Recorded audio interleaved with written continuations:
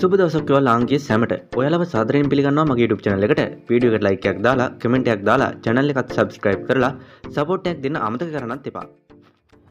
ඉතින් අපි අද කියන්න යන්නේ ජනප්‍රිය නිලි පියුමි හංසමාලි ගැන ඇහෙන අලුත්ම news එක ගැන. ජනප්‍රිය නිරූපණ ශිල්පිනී පියුමි හංසමාලි ඉතාමත් අඩු මුදලකට මිලදී ගන්නා ලද සැම පැහැපත් කරන ආලේප වර්ග ඉතා ඉහළ ලාභයක් තබාගෙන අලෙවි කර ඇති බවට හෙළිව ඇතැයි අරුණ පුවත්පත වාර්තා කරනවා. ඒ නීති විරෝධී වත්කම් විමර්ශන කොට්ටාසය මගින් සිදු කළ විමර්ශනයන්ට අනුවයි. ඇයේම ආලේපන අලෙවි කරන ආයතන දෙකකින් රුපියල් 2000, 3000, 5000 සහ 6000ක් වැනි මුදලකට මිලදීගෙන ඇති බවයි වාර්තා වන්නේ. අනතුරුව ඒවා නැවත ඇසුරුම් කර අලෙවි කර ඇති බවයි නීති විරෝධී වත්කම් විමර්ශන කොට්ටාසය සඳහන් කරන්නේ.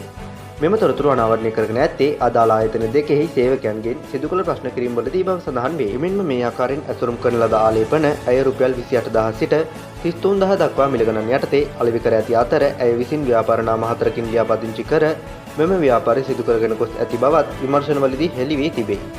මේ සම්බන්ධයෙන් වැඩිදුර විමර්ශන මේ වන විටත් ක්‍රියාත්මකයි.